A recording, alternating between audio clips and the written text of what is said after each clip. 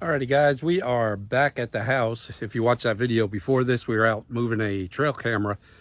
Today, or now, we're going to be working on the Jeep. I've got this push bar up front. Let me get you a close-up real quick. I'll show you what I'm putting on. Alrighty, here's the push bar. We made that at work. Did an aluminum bar, bent it, welded on the feet, and I drilled it into the bumper. Here's the brackets. And we are putting on these guys. Sorry, hard to see, but they are same size as the headlights, pretty much match it. So that will be up there. Let me get a further away view. Let's get this mounted, just bolts on, and I'll show you the wiring. But simple little job, being that everything's already installed, but they are the same size as the headlights and they resemble them pretty darn close. That's why I picked them. And I have that same brand for my pillars, and they work amazing, super bright. So these are going to be more straightforward.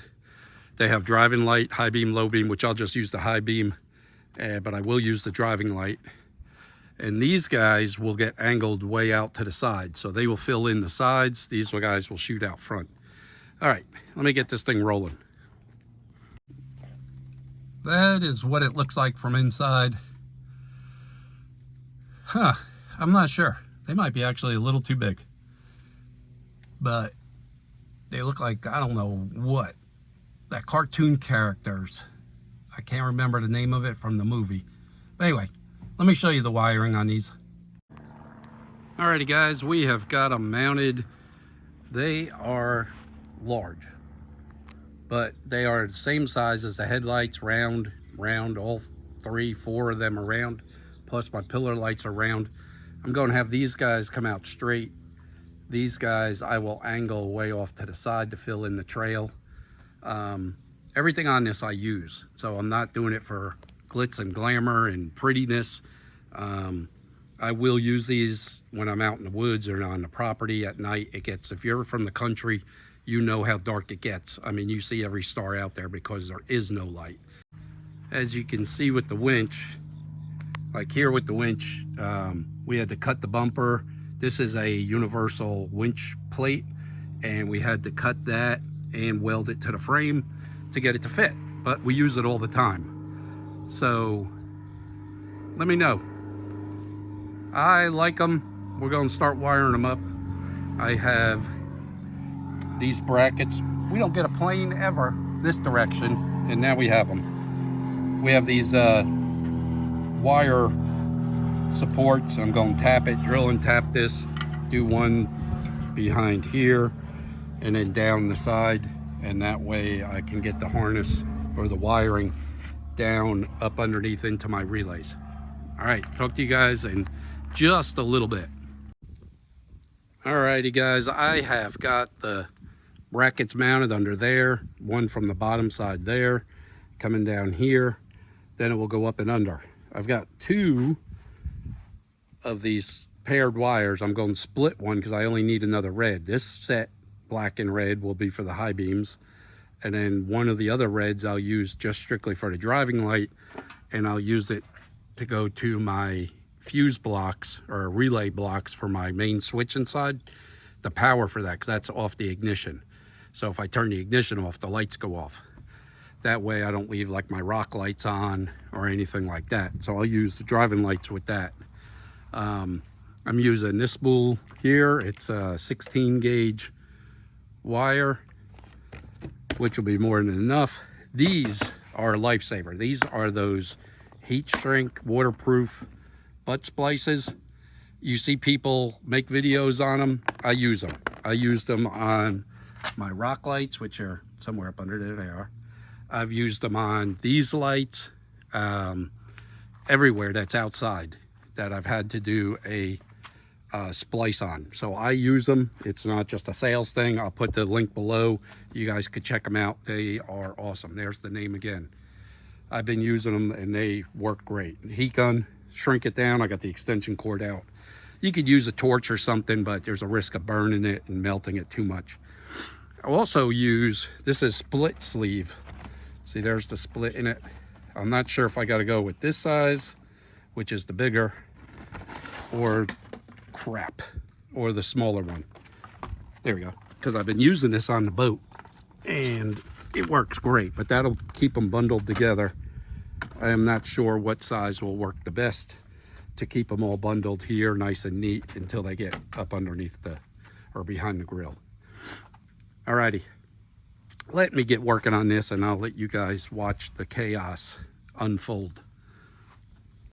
And yes, this is sweat. It is another muggy day here in Central Virginia.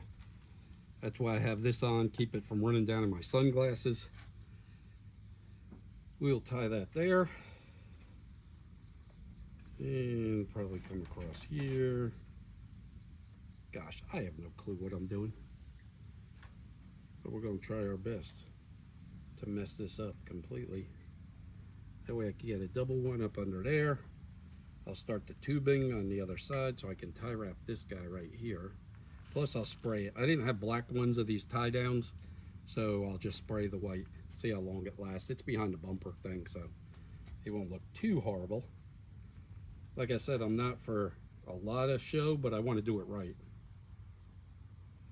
If you watched the video before this, I went into the property and moved a trail camera. That was fun. I had to get that done. So he is all done. We'll get this done. Ouch. I got to work on the pool yet. Got a broken hose on the pool pump. I have that in the shed. I have to just put it in. I couldn't find hose clamps, so I postponed it. And now now that I found hose clamps in the shed while I was looking for this equipment to do this job, I can get back on it. All right. I hate to waste the black, but I don't need both of them. Use the red, throw the black over there so I don't get them mixed up. But those splices that I have, they are worth every dime. It wasn't even much. It was under 20 bucks for the whole kit. And it was, I mean, they're worth it.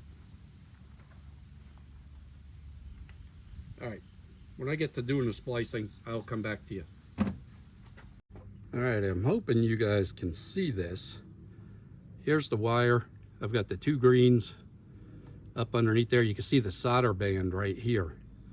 And then this guy comes in from this side. The green is your is your waterproofing, just like regular shrink tube.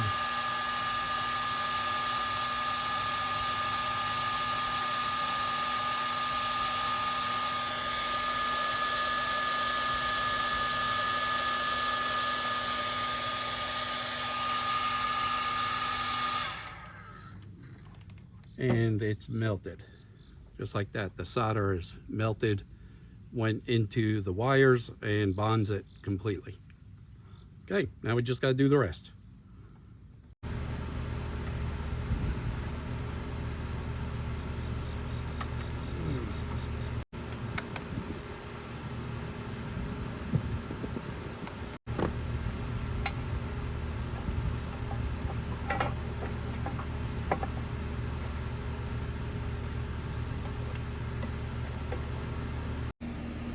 Alrighty guys, sorry for the noise. Here is the relay box, and I wired everything nice and neat. Went all up underneath here and tie wrapped it, and up under here. I still have to get the 2 or 3 supports in there. I'm going to do that now. I don't want to bore you with that because that's the switch bank up there, and I'll even leave a link to that. But that's it. Thank you very much for joining on this one, and I will show you them at night, probably tonight. You guys stay tuned, and I'll bring you some more.